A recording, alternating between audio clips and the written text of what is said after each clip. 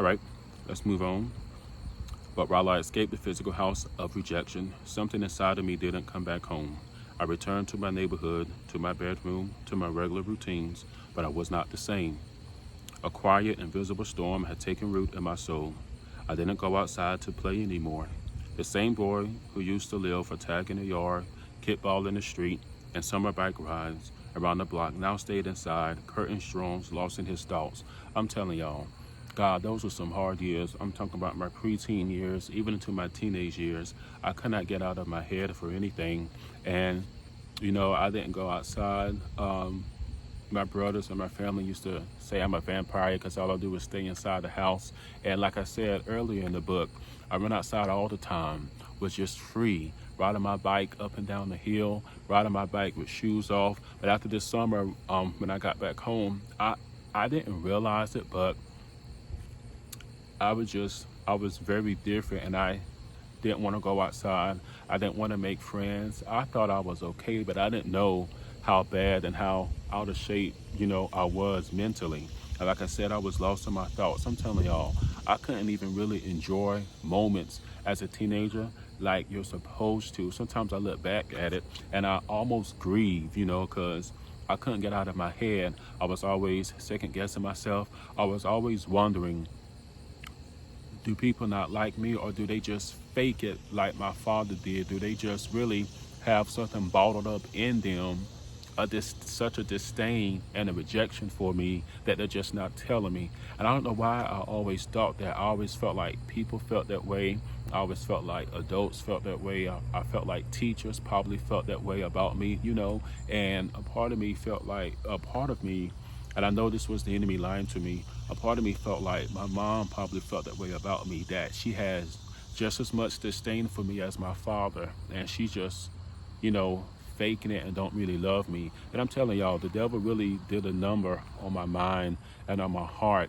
I didn't process things correctly. I was always angry. I started running away. I started talking back to my mom. I remember one night I had a breakdown where she was in the kitchen cooking. I just started crying out the blue. And she said, "What's wrong?" And I told her that I was apologizing to my mom, but what I really was apologizing to my dad. But I was apologizing to my mom as if she felt the same way as my dad. So I told my mom, I remember crying, saying, "Mom, I apologize if I'm not the son you wanted me to be. I apologize that I might not be as athletic, or I might not be as tough or as rough as you want me to be. And I'm sorry that I became, the son that I am, and that you're not proud of me." I remember her giving me a hug and saying, "No, Michael, I have never felt that way about you. I've never even said that. I don't know why you feel this way, but I love you just the way you are, and you are my son, and don't feel no type of way. I won't want you to be any other way than you are."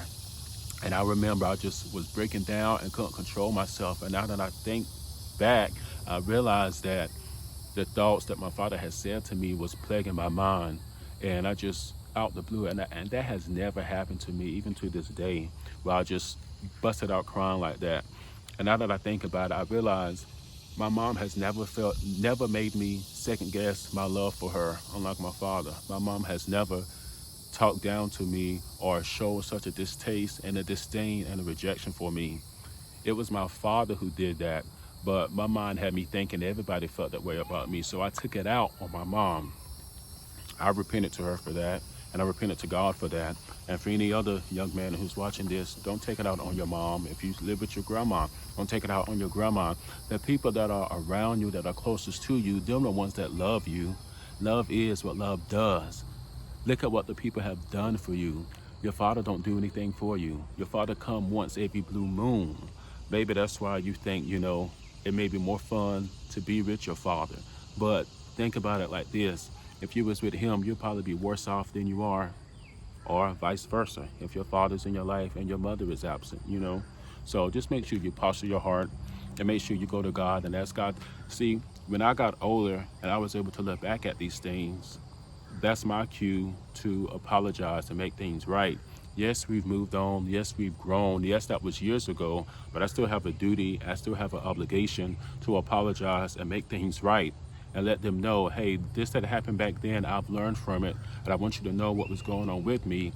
And I want to thank you for loving me. I want to thank you for comforting me. I want to thank you for praying for me. I want to thank you for being there for me and not allowing the enemy just to have his way with my mind. So